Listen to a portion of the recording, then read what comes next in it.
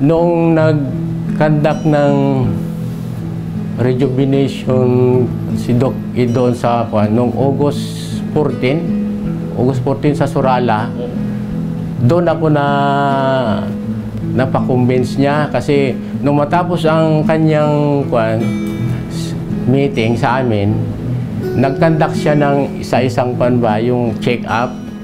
Nagkataon na nung ika-5 yata ako, hindi ako masyado nagtagal ba.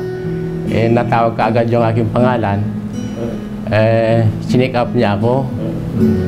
Yun ang sabi niya, nakita niya ang balat ko daw, sa dila, sa mata, na yung kidney ko daw ay malala. So, ayun, yun ang naka sa akin na mag-undergo ako dito. Super dito. Wala akong masabi. Masyado mga magagalang mga dito. Wala akong masabi sa kanila. Ay, salamat ako sa kanila na talagang ang gandang nila sa amin. Sobra-sobra. Kaya happy ako sa mga ipinakita nila sa akin. May pagbuti naman sa nararamdaman ko ngayon. Itong last na pagkuhan ko kanina, pag-ihi ko dyan sa aking kubita, parang naramdaman ko na talaga na iba na. Sabi ko, oy, thanks Lord. Ito na yung hinihintay ko na hinihiling sa'yo. Sumaya po ako ngayon. I-try po ninyo. Baka yung mga sakit ninyo na nararanasan ko,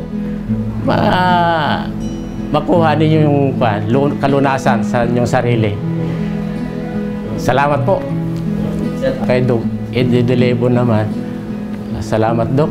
Yung pagpakonsulta ko sa inyo nung August 14, narito na ako at kinonsulta ulit ninyo ako. Okay naman po, okay naman. May pagbabago naman po ang mga gamot po ninyo na idinulot sa amin. Okay naman po. Salamat po. Ako si Ricardo Fernandez ng Coronadal City, 63 years old na.